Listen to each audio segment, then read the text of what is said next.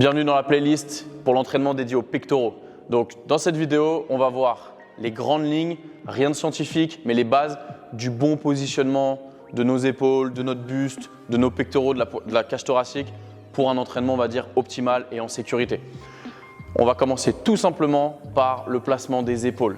Donc, le placement des épaules, on les veut pas hautes, on les veut plutôt basses et légèrement rétractées. Ok?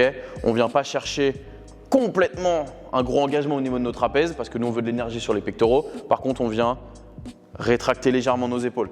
Ce que ça va faire de manière naturelle, c'est que ça va faire ressortir la poitrine.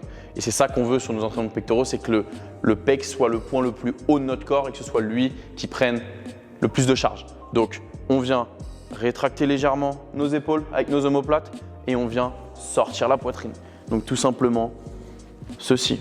Et quand on descend, on garde la poitrine haute et quand on presse, on garde cette poitrine haute. Que ce soit sur des mouvements d'écarté, des mouvements de presse, que ce soit au fly en étant debout ou sur un banc, peu importe, les principes sont les mêmes.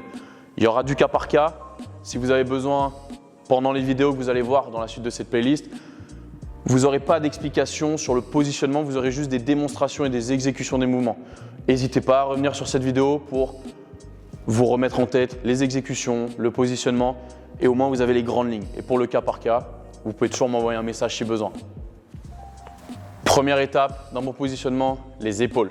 On les veut basses et légèrement rétractées. Deuxième étape pour nos mouvements, pour les pectoraux, que ce soit nos fly ou nos presses, ça va être la poitrine sortie, la poitrine haute. Troisième étape qui peut être plutôt impactante sur les mouvements de presse, donc que ce soit en incliné ou à plat, c'est l'ouverture des coudes. On ne veut pas des coudes complètement ouverts, on veut des coudes qui nous permettent naturellement d'aller chercher un étirement au niveau des pectoraux sans avoir le devant de l'épaule qui tire.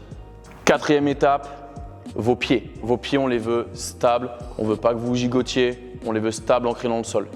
Cinquième étape, la respiration. Alors, sur une série longue, vous allez devoir respirer. Sur une série lourde, la respiration peut être difficile et on ne veut surtout pas perdre cette tension au niveau de notre cage thoracique.